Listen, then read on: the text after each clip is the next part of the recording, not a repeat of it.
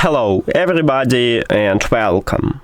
In this video I'm going to show you how to enter prank mode on your earbuds HUAWEI Freebuds 7i.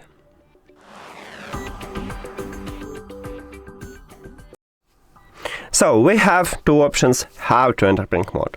The first one, when it's your first connection, you need to open the charging case and your earbuds enter to prank mode automatically. You will know it by the LED light on the front side, what will blink white. Also, we can enter to prank mode manually.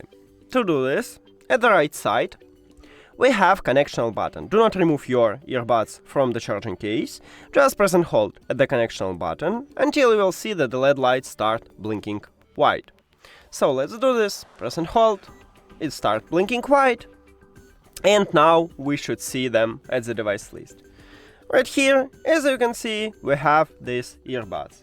So now you can pair them by just tap on them at the device list.